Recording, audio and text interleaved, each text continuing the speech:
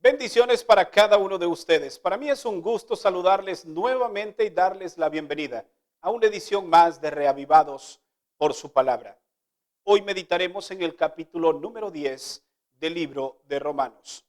En el capítulo anterior vimos la preocupación de Pablo exponiendo la condición del Israel que rechazó a Dios y preocupado para que nosotros no tengamos la misma experiencia. El capítulo finaliza con la idea que una piedra que serviría de salvación para ellos más bien fue una piedra de tropiezo. Recordemos lo que registró el versículo 33 del capítulo 9, como está escrito: pongo en Sión una piedra de tropiezo y roca de caída. El que crea en él nunca será avergonzado. ¿Quién es esta roca? El capítulo o el versículo termina diciendo el que crea en él. La roca es Cristo y el Señor era el camino de la salvación para el pueblo. Sin embargo, ellos se extraviaron, tropezaron con esta roca, es más, la rechazaron.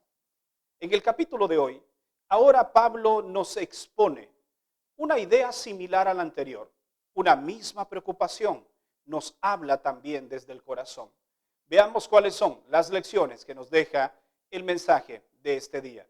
Notemos lo que registran los versos 1 al 4. Hermanos, el anhelo de mi corazón, mi oración a Dios por Israel es para salvación, porque testifico a favor de ellos que tienen celo por Dios, pero sin pleno conocimiento, pero ignoran la justicia de Dios y procurar establecer la suya propia.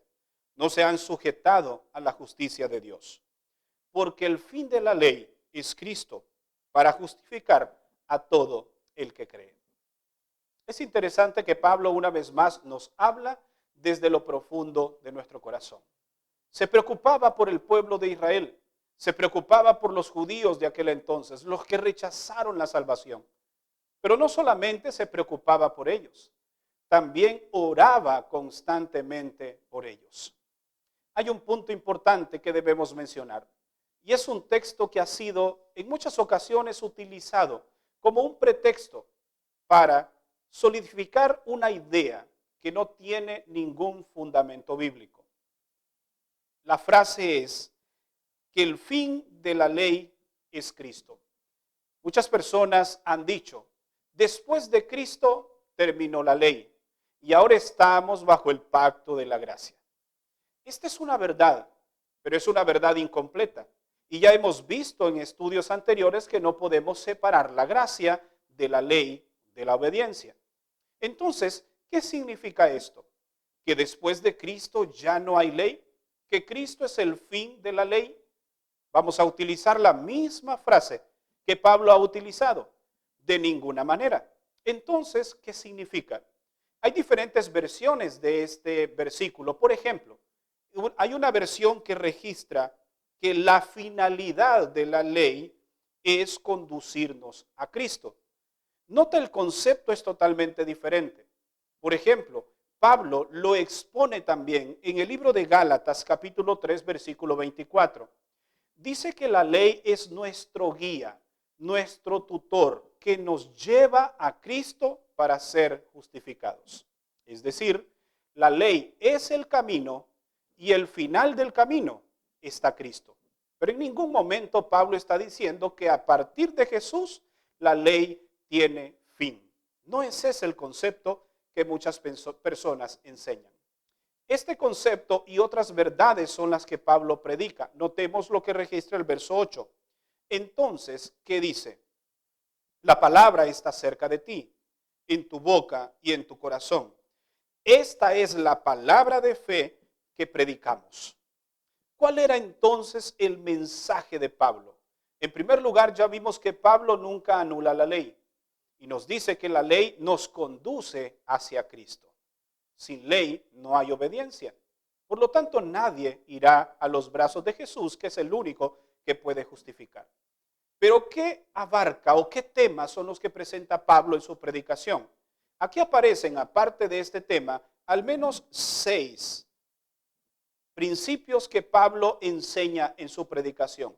El primero lo encontramos allí en el verso 9 y nos dice que con nuestra boca confesamos al Señor y creemos en nuestro corazón. Y si lo hacemos de esta manera, entonces seremos salvos. Un segundo principio lo encontramos en el verso 11 y nos dice que todo el que crea en Él no será avergonzado. La salvación está dada para todos. No hay excepción alguna. Todos tienen acceso a ella. El verso 12 nos dice que no hay diferencia entre judío y griego, sino que uno mismo es el Señor de todos. Así que en el Señor no hay excepción de personas. No hay ninguna diferencia. Todos somos igualmente importantes para Dios y aptos para la salvación. Y es nuestra decisión si la aceptamos o no. Un cuarto principio que predica Pablo lo encontramos en el verso 13. Porque todo el que invoque el nombre del Señor será salvo. ¿Cuántos? Todos. Absolutamente todos, desde el más pequeño hasta el más grande. Sin importar tu condición económica, sin importar tu religión, sin importar tu sociedad, si tú clamas al Señor y lo haces de corazón, entonces serás salvo. Notemos un principio más en el versículo 17. Si tú quieres tener fe y que tu fe aumente cada día, entonces, dice Pablo, debes oír la palabra de Dios. Y un sexto principio que nos presenta lo encontramos en el verso 20 y 21. Y nos dice que el Señor se presentó aún a aquellos que no preguntaron por Él, aquellos que no lo buscaron. Y nos dice que las manos de Dios están extendidas para todos, para aquel pueblo, aún siendo desobediente y rebelde. Qué gran amor el de Dios por cada uno de nosotros.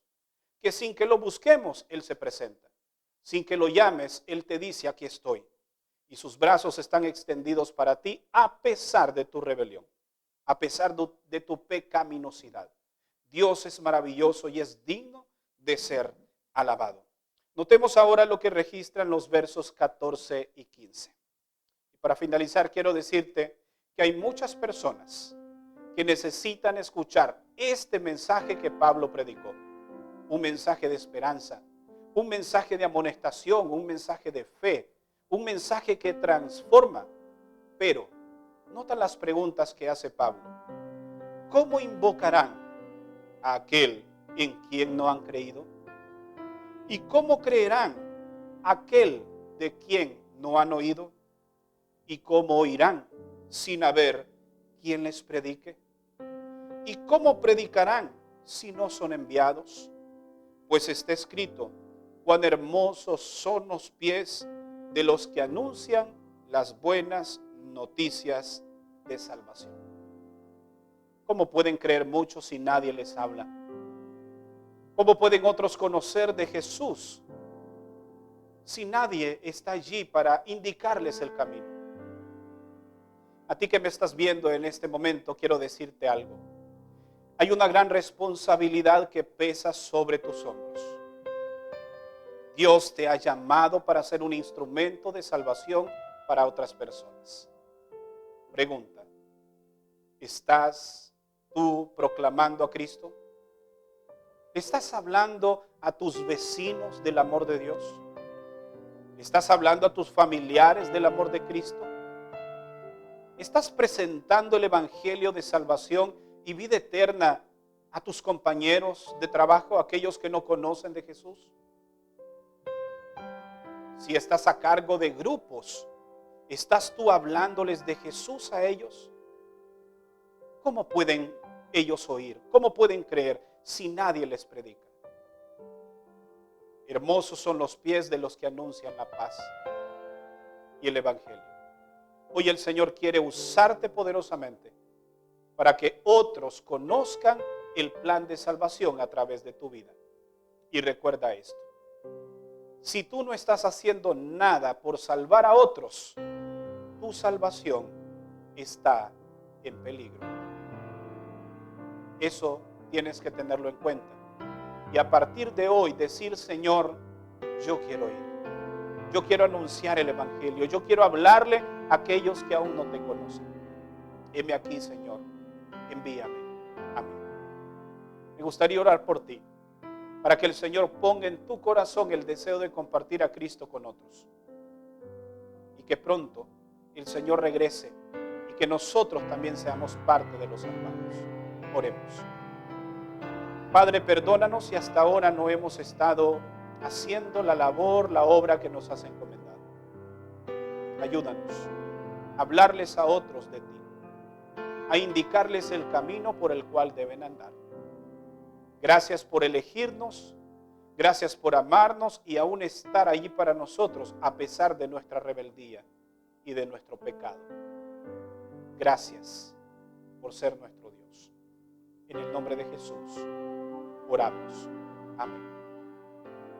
Gracias por habernos acompañado en la meditación de este día. Recuerda que mañana estaremos nuevamente aquí para una edición más de Reavivados por su palabra. Que Dios te bendiga.